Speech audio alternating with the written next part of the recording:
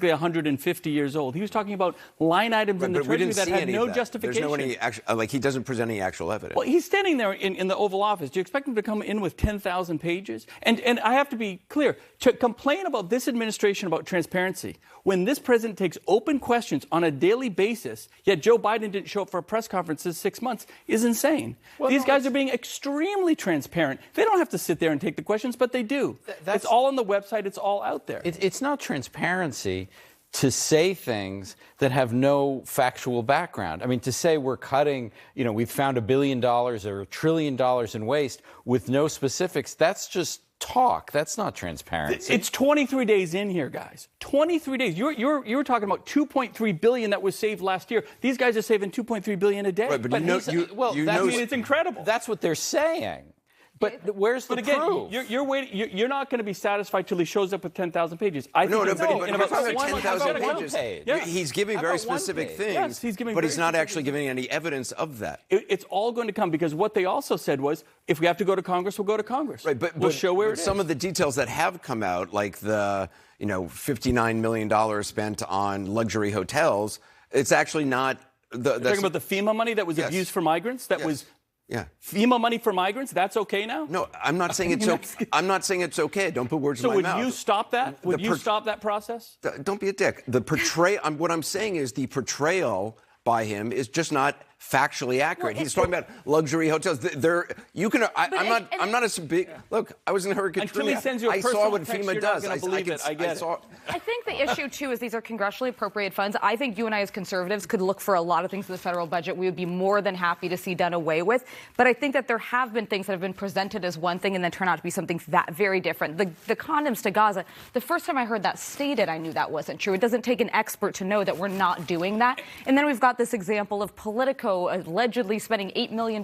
That just simply wasn't true. So I think what people want is, yes, it's fine to tweet it out, but explain why we're cutting it, what it is, and if it's taking away a good or a service from the public, what is backfilling it so that people aren't going to be losing something they need. And I'll just add, I give him credit for this. He said, look, we're going to make mistakes. He said, we're not going to bat 1,000 here. We're going to make mistakes, and we should be held accountable to those mistakes. But the fraud and waste and corruption is so deep and so rampant, it's going to take time. He's not going through a ledger on a $1 million business. He's going through trillions of dollars here. But if it's going to take a long time, say it's going to take a long time.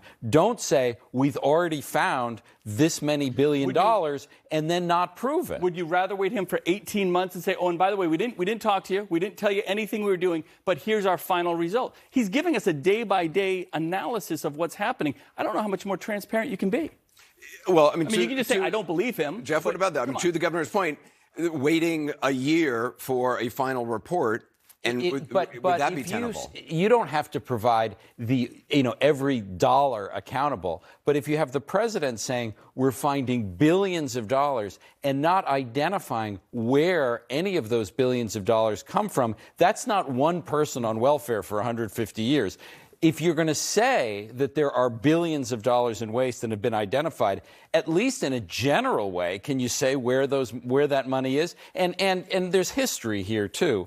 I mean, Donald Trump and numbers and, how rich he is and how much money he's spent or saved, he has not a great history of honesty there. So we bring that to the table as well. USAID, for example, which I know is not the sexiest thing. Dems are not going to win by complaining about USAID funding being cut. But in the first Trump administration, when I worked for him, we did incredible work with USAID, helping our allies abroad. We were supporting the opposition government in Venezuela, getting food aid to starving Venezuelans, for example. He was using it all over the world. It was congressionally appropriated. Marco Rubio was a champion of it in the Senate. So I think there's a lot of Republicans and conservatives who just want to know, if we're pulling that back, if we're not countering China on the world stage through international aid, what are we doing and how are we leading in that sense?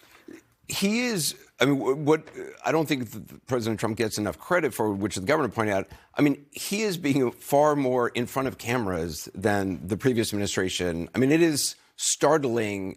Obviously, we criticize a lot of what he says and stuff, but it is remarkable the amount of stuff he is putting out there in front of people, and whether you believe him or not or like him or not. One lesson of the last administration is that people want to see the president.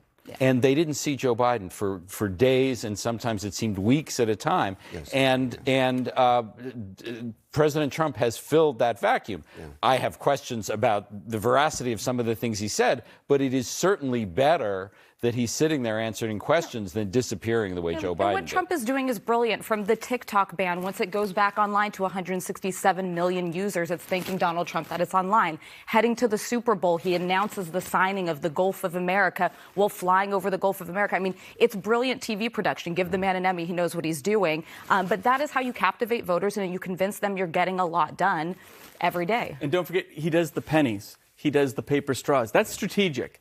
We have this wonky, complicated stuff over here, but I'm going to also do a few things that people just get on a visceral level, and people say, okay, great, there's something moving forward. What I don't understand is what's so terrible about paper straws? I don't get They melt. You're the one. I'm with Trump on this. I realize that's not what this is about. But before we go, I want to apologize. I was mean. I was rude to you, and I never. Are you kidding? I grew up with 7 brothers and sisters, and I'm a Sununu. But I invited you here. I'm a former governor. You want to know what I'm normally called? That's one of the nicest things I've been called all week. It's great. No, but I apologize. No, it's not. It's I don't know why I said that. I really do. I feel We're bad all about friends it. here. No, I mean I like that you Keeps were it here. spicy. Keeps it hot. It's post 8 o'clock. Have some fun on CNN. I don't want to do that. Governor Sununu, thank you very much. Alyssa Griffin and Jeff Toobin's back shortly to talk about his new book. Coming up next in New York Times is Tom Friedman on the president's tripling down today on taking Gaza and displacing the people who live there.